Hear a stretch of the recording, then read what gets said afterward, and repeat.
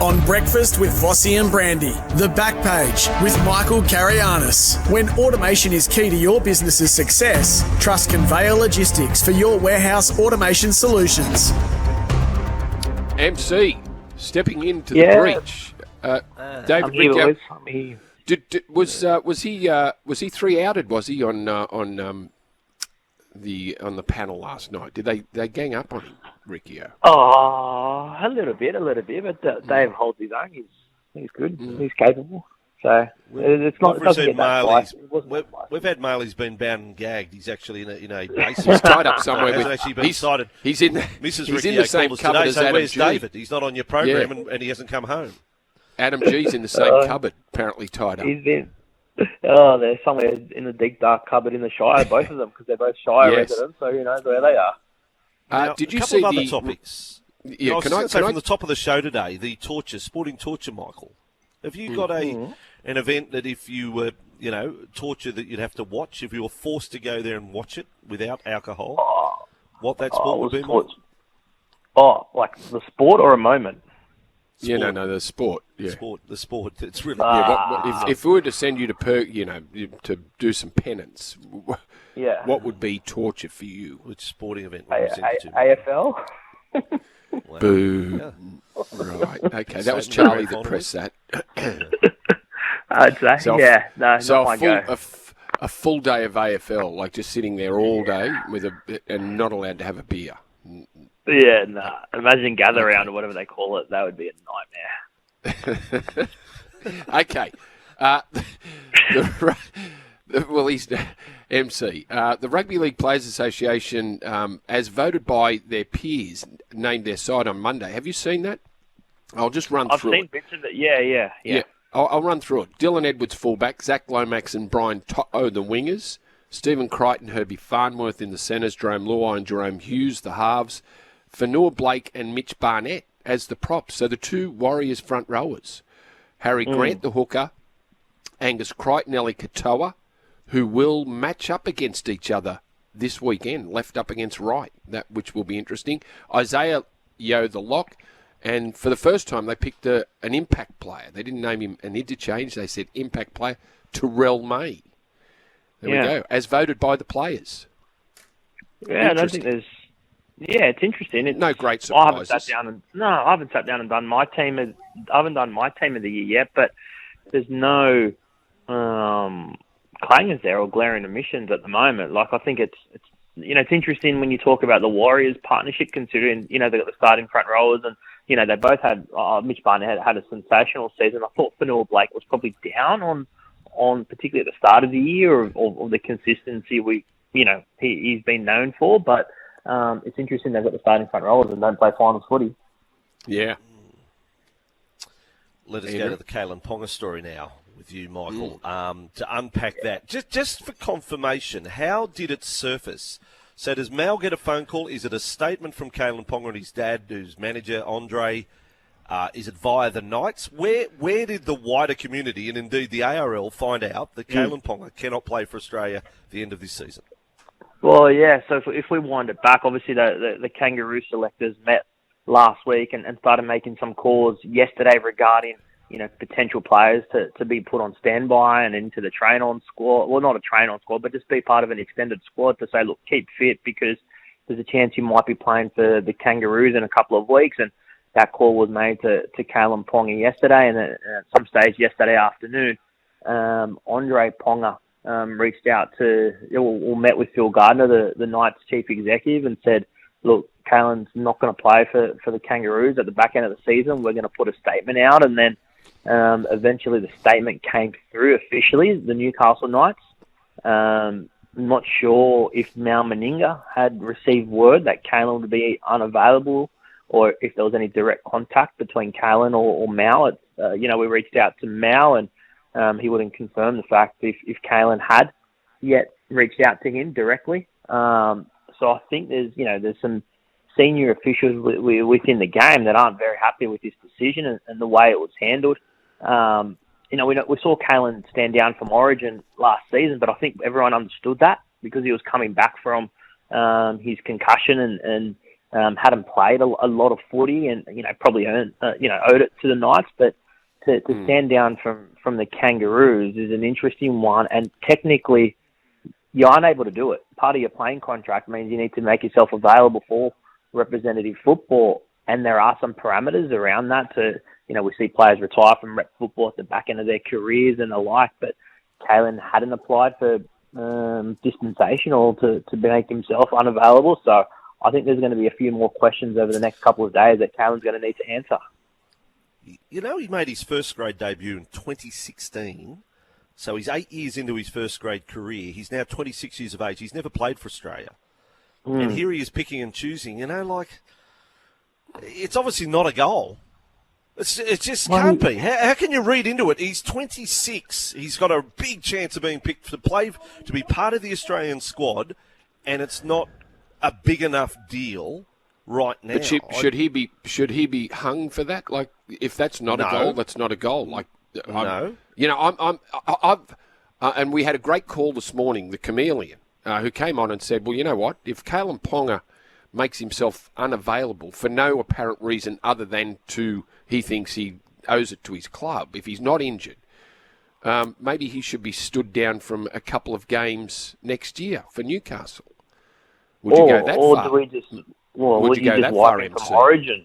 No, I'm not sure I'd go that far, but I'd probably wipe him from being available for Origin potentially, if that's the path, because Origin comes with it, $90,000. Yeah, that's part of the play. Yeah, that's right, Michael. Origin next year is part of Newcastle's campaign to win the premiership. So if you're using the Newcastle premiership bid right now to not be available for Australia, then surely it applies to Queensland Origin next year when we're in the middle of the season.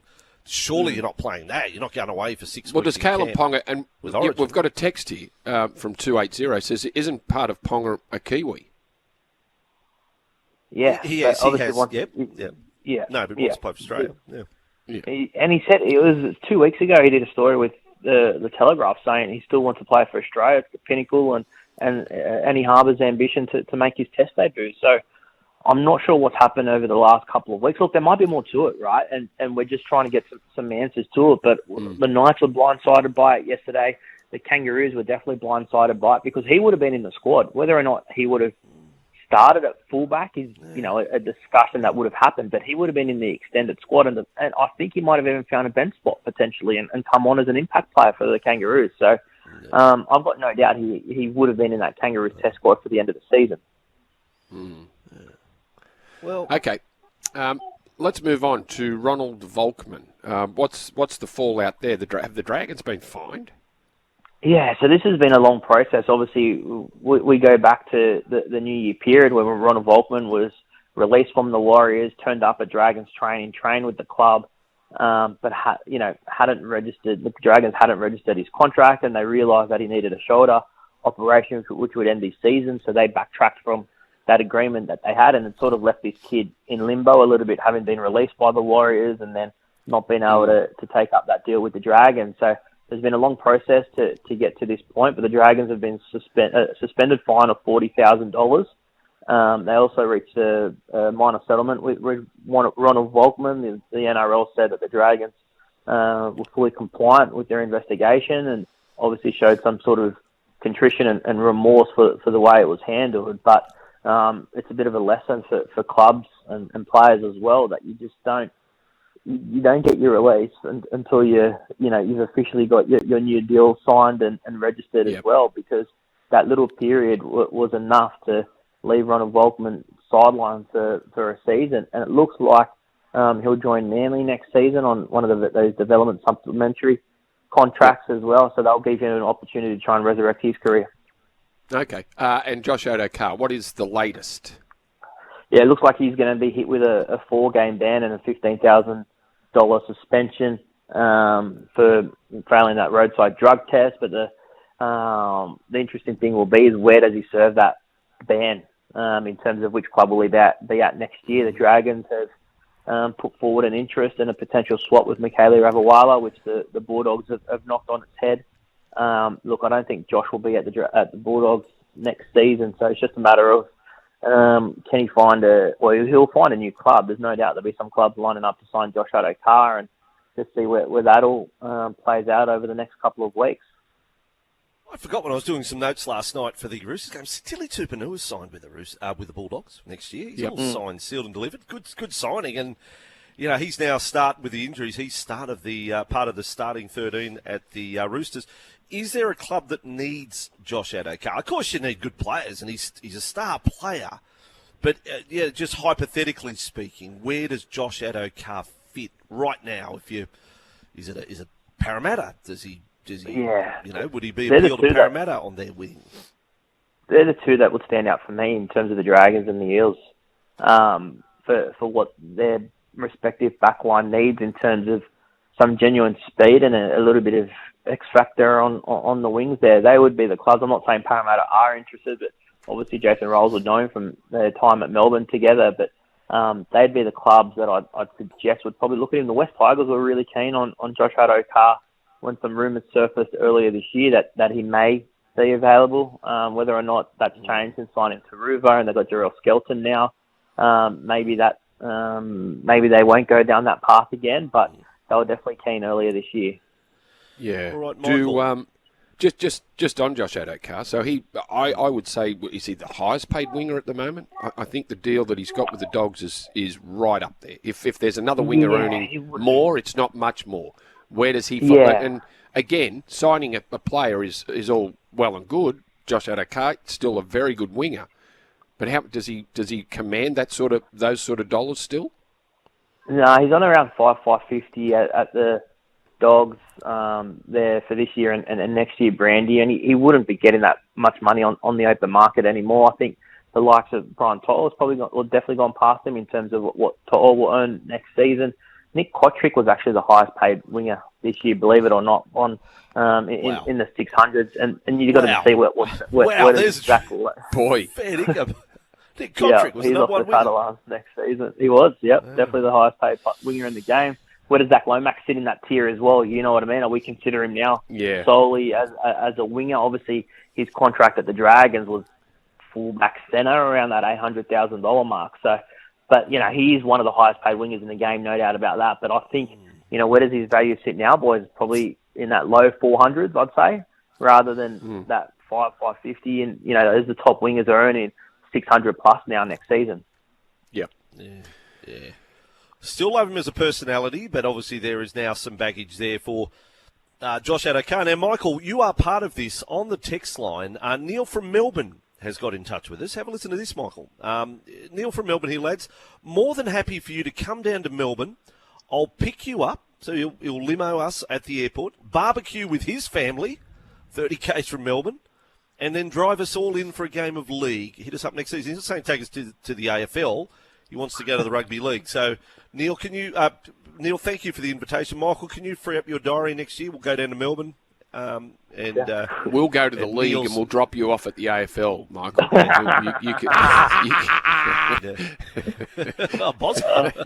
Bozza comes off the top turnbuckle.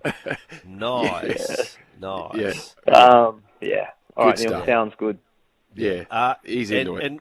And Jason on the text, MC, can you explain? Still confused with the situation with Josh Addo-Carr and Braden Trindle. Can you explain the difference? Braden Trindle had problems with the law earlier this year. And I think he missed, 4 to 5 games? He Braden stood down Trindle straight away. Yeah, he stood down. Yeah, he was so the Sharks stood him down. Yeah, the Sharks stood him down, but his suspension from the NRL was 4 games with 1 game suspended. That was his official suspension from the NRL, so there's no difference really. No, that is the barometer. The only difference is that it was in season and the Sharks stood him down immediately. So the NRL didn't have to come in over the top, I guess. They were liaising with the Sharks and they all knew what roughly the suspension would be and just got it done straight away. So that's the difference. Josh Addo-Carr needs to have a suspension publicly made because we're in the off season now for the Bulldogs. Yeah. Yep, exactly. Very, very quick on the text line, Michael, some advice for you re this Melbourne trip to Neil's house. Neil apparently does he have a barrel at his house? Don't do it, MC. That's from 257. So it could be a hostage situation and you have form in that area. Michael Carayannis, Riccio. Yeah. He's gone down. He's going down the lines of Riccio and Adam G. But end up Ben Hunt. somewhere. One by one, we're picking off the Telegraph journalists. Like, where will Dean Ritchie end up? Buzz. You hear Buzz. They're all being taken down. Any thoughts on life, Michael? Your colleague David Riccio did really well in this area yesterday. Any thoughts on life now that you're a parent that you want to share with us in parting? What? Well, no, we're very cerebral we've this gone week. different We're areas talking this morning, thoughts MC. of life. What do dogs think? You know, what's the meaning of life? Anything, Michael? Anything to offer? You're now a parent. Do your best. As I said, you've got the little one in the background. Just do your best. Do your best. Do your best. There we go. That should be We're your just, sentiment. mate, we've got 2 under 2. We're just hanging in there. Don't worry about anything else. Just hanging in there by the fingernails. See ya, MC. 2 under 2. Great stuff. Thank you, Michael. All right. Speak Good tomorrow. man. If I'm See you, still mate. around. Bye. See you guys. That is reality radio, isn't it? That we cross to Michael Carayannis for Conveyor Logistics, and they're great people for your warehouse automation solutions. They really do know their stuff. But Michael is there with 2 under 2. So there's a lot going on when Michael Carayannis is doing an interview in the background. Yeah. Like, he's got one in one arm and he's dealing with another one, and he still gets it out there. There's a lot to be admired about parenting. Tough kid. There is. He's in the bunker. He is in the bunker. The baby bunker. Sydney's home of sport, SEN 11:70 a.m. Back shortly.